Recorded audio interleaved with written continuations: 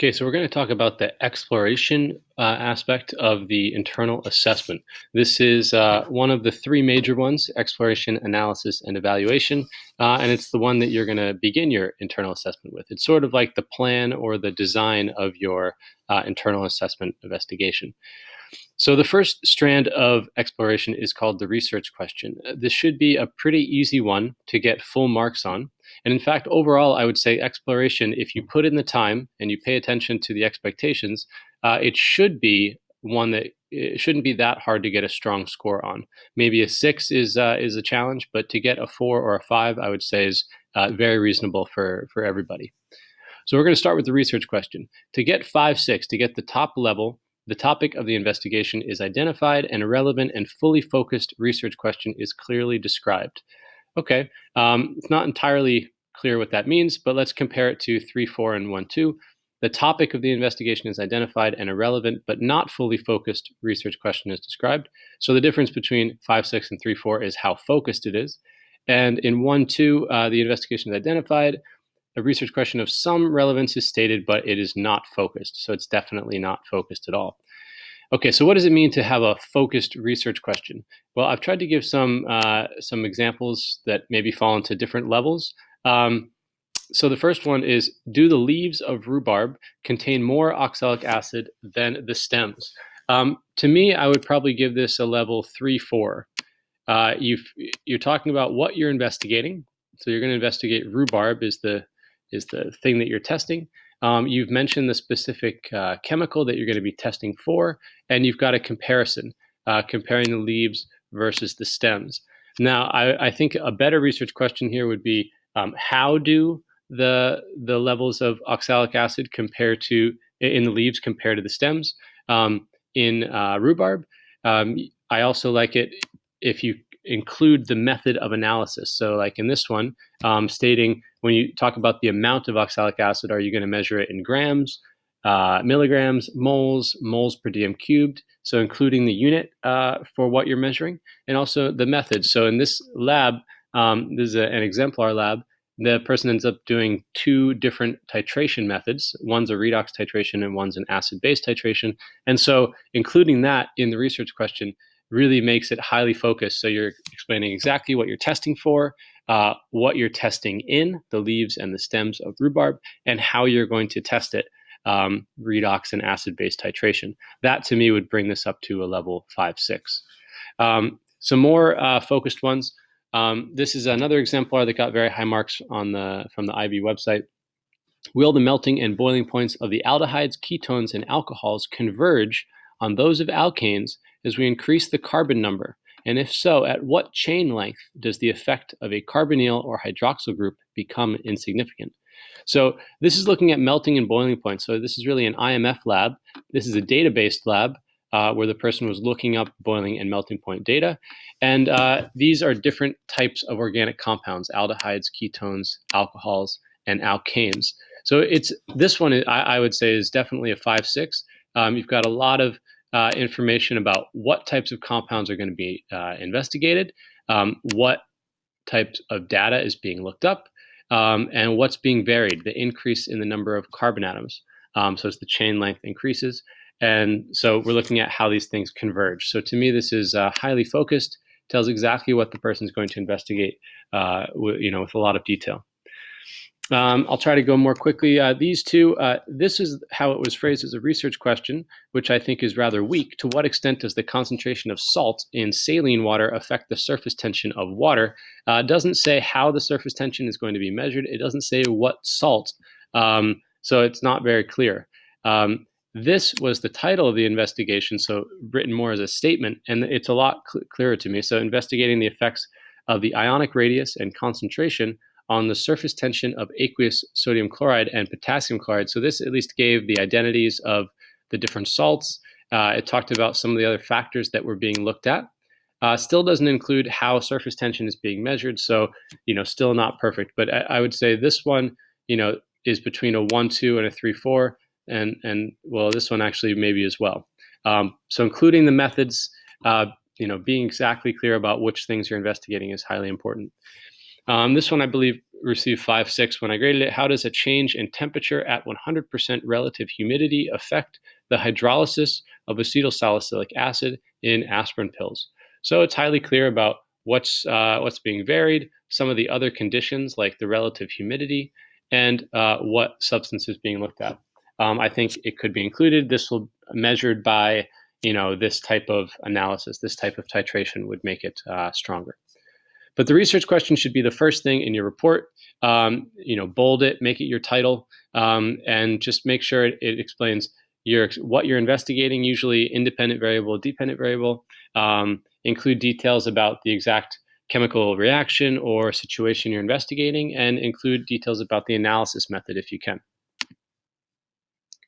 Okay, next is background info. The background information provided for the investigation is entirely appropriate and relevant and enhances the understanding of the context of the investigation. So it's appropriate, it's relevant, it enhances the understanding of the investigation, of the context of the investigation. So it gives a bit of meaning to the investigation. 3.4 is that it's mainly appropriate and it aids the understanding. So I guess not, it doesn't enhance it, it just sort of supports it. And 1.2, it's superficial, limited relevance, does not aid the understanding. I'm not going to walk through this entire one that I've listed here, but I would say that this background info is very, very strong. Both the ones I've listed actually are very, very strong. They relate to the first two research questions that I mentioned.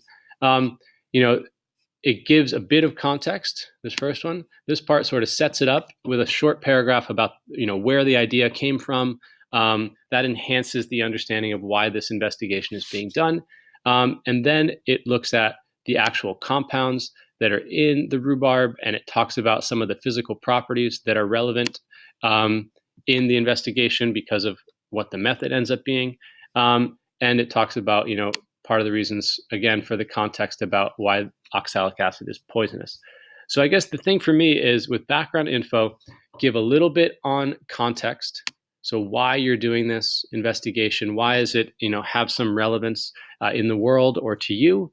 And then you're going to look at things like, what is if you're doing a reaction, what's the chemical equation and reaction that you're looking at?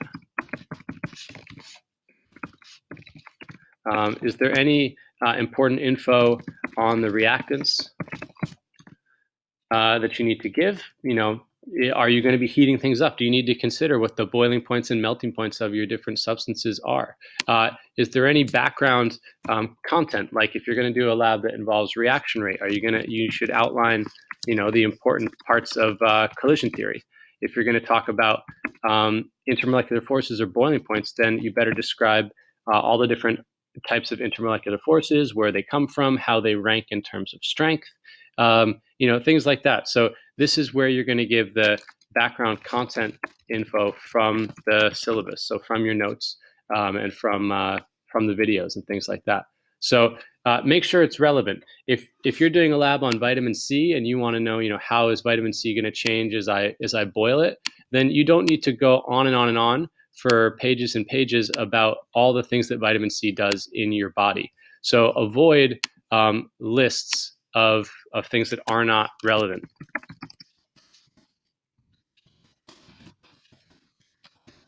Because that's where you get a little bit hurt. So if they have limited relevance, you're going to get a low mark. Superficial would be like if you don't give enough, if you just give some very vague overview of what you're looking at. Because neither one of those things are really going to aid the understanding. The things that are going to aid understanding, enhance understanding, is when they pertain to the chemistry of what's involved, of the substances involved, the reactants, the chemical equation, the background information. You avoid just lists of other random real-world properties, but you can give a little bit of context, like this one about how it's poisonous to human beings and how you're allowed to eat the stems but not the leaves, and that sets up why this investigation is relevant. The third one is the method. It sort of speaks for itself. The method of the investigation is highly appropriate to address the research question because it takes into consideration all or nearly all of the significant factors that may influence the relevance, reliability, and sufficiency of the collected data. The difference is 3.4 is mainly appropriate and has limitations because it doesn't consider all the significant factors, and 1.2 is can only address the research question to a very limited extent. It only takes into consideration a few of the significant factors. So really what we're talking about here is that you're outlining your independent variable, your dependent variable, your control variables, and other assumptions and limitations that you may be making. And if you can do all those things with a lot of detail, then you're going to get 5.6 here. So the independent variable is what are you changing? Not every lab takes an independent dependent variable format, but a lot of them do. So what are you changing? What specific values are you testing? How will you set those up and know that they are at your chosen values? So that implies that you have listed at least 5+ values. I'll say 5+ if you're doing a lab where you're varying something quantitatively. If it's temperature, how are you going to be sure that it's at the exact temperatures you want? Are you using a water bath? Are you going to monitor it with a temperature probe?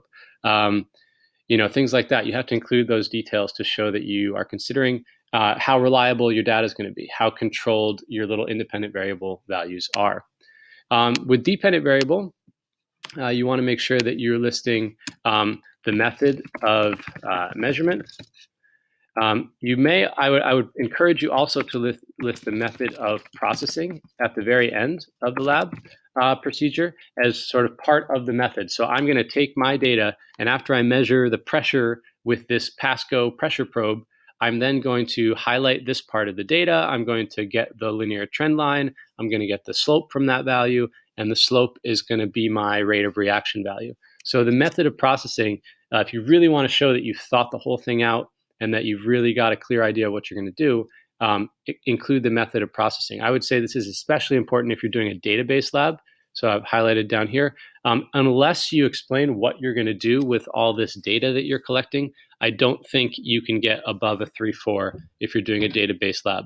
So the method of measuring the dependent variable and the method of processing are both really important. And I would also say the number of repeated trials, a specific number of repeated trials is going to be highly important for the dependent variable because they want to show that there is sufficient data. So unless you point out enough independent variable values and enough repeated dependent variable values, you're not going to have sufficient data.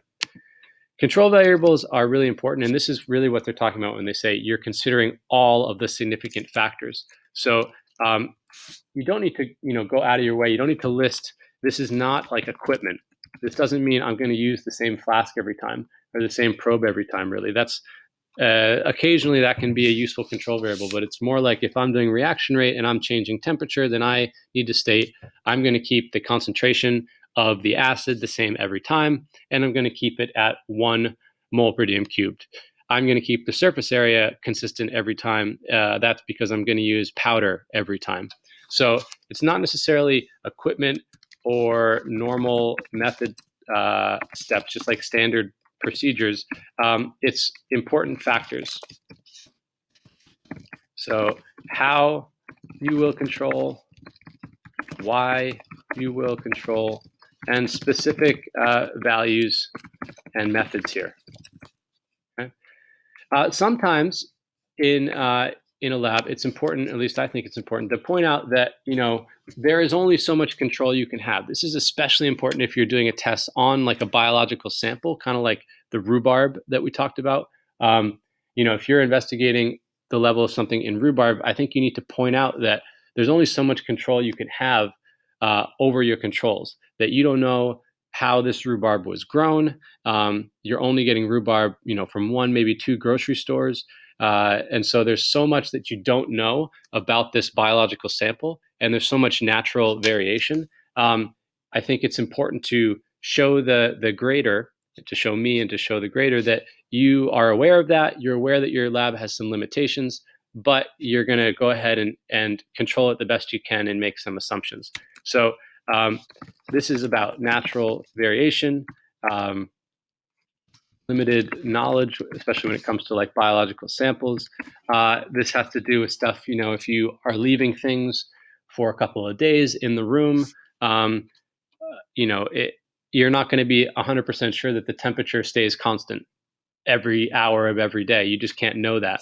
So I guess I would say environmental conditions, you're going to have to make some assumptions. It's just to show your awareness and that you're being thoughtful about your method and how controlled it is. Okay, and if you can really show a lot of thought on control variables, then you're going to have reliable and relevant data.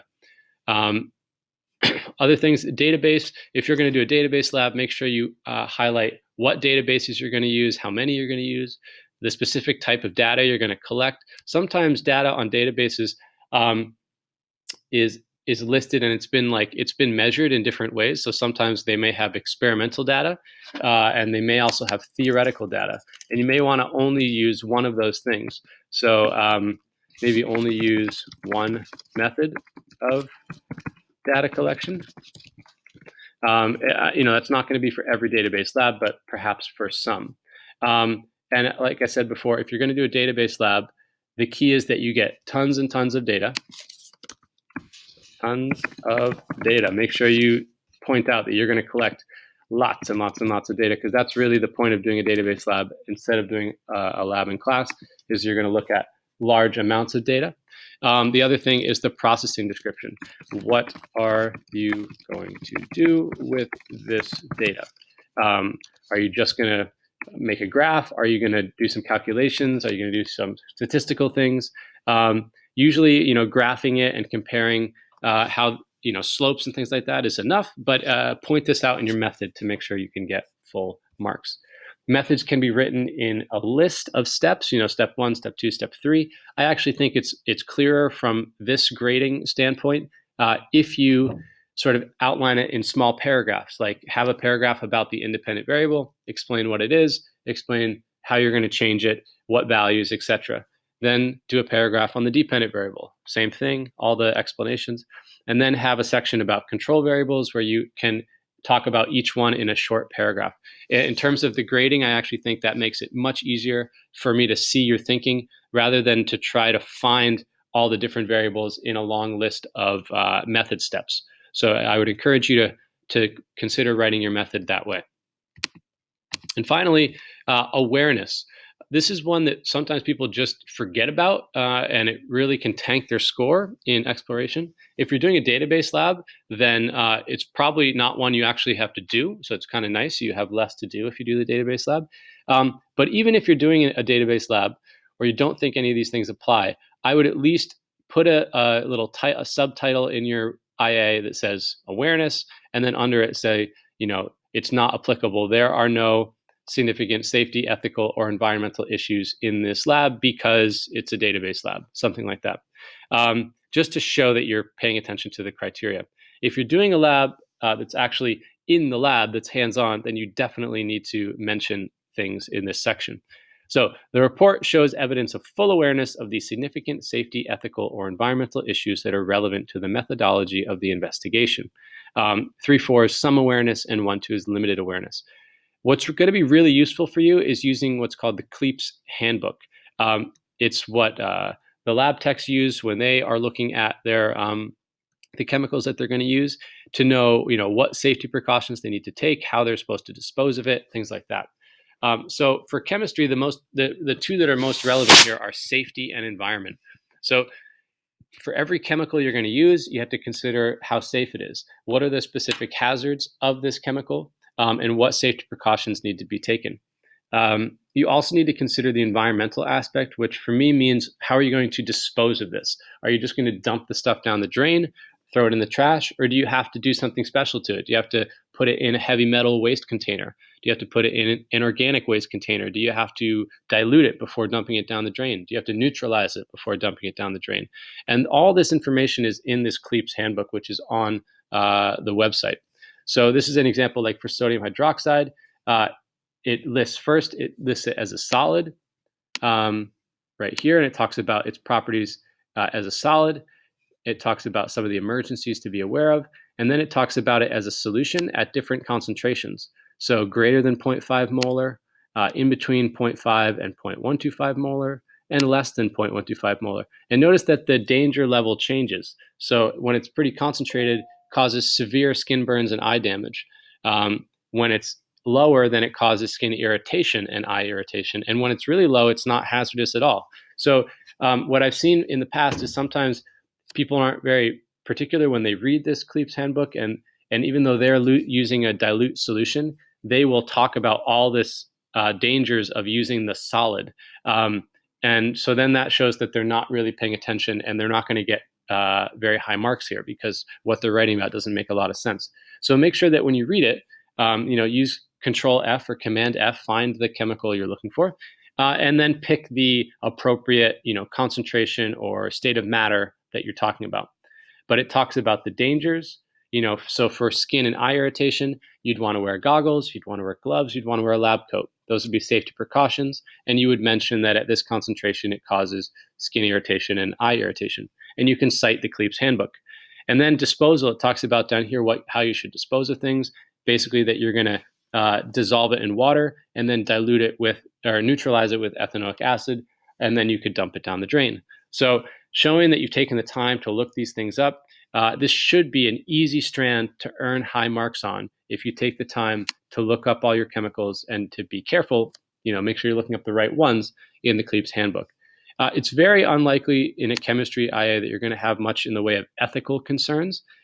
If you are using, a type of food, if you're using a lot of heat, you're boiling things for long periods of time, I suppose you could bring up the ideas of, I'm wasting a little bit of food, or I'm wasting some energy. You don't have to be ridiculous about it. You don't have to say, well, because I've used a dozen eggs in my lab, I'm a terrible person. You can just mention, I know that I'm using these 12 eggs, but in the grand scheme of things, this is a pretty small amount of food, and hopefully the knowledge gained is worth the loss. You could even say, well, I'm gonna crack the eggshells and I'll save the eggs and I'll eat them later, so it's not an ethical concern. Things like that. If you're just doing a standard chemistry reaction rate lab, there's probably not any ethical considerations. So you can also just say not applicable, or there are no ethical concerns in this investigation. Okay, so exploration is research question, background info, method, and awareness. It's a long one. It's probably the longest in length of all the different IA criteria. But if you put in the time, it's a very doable one for a high mark.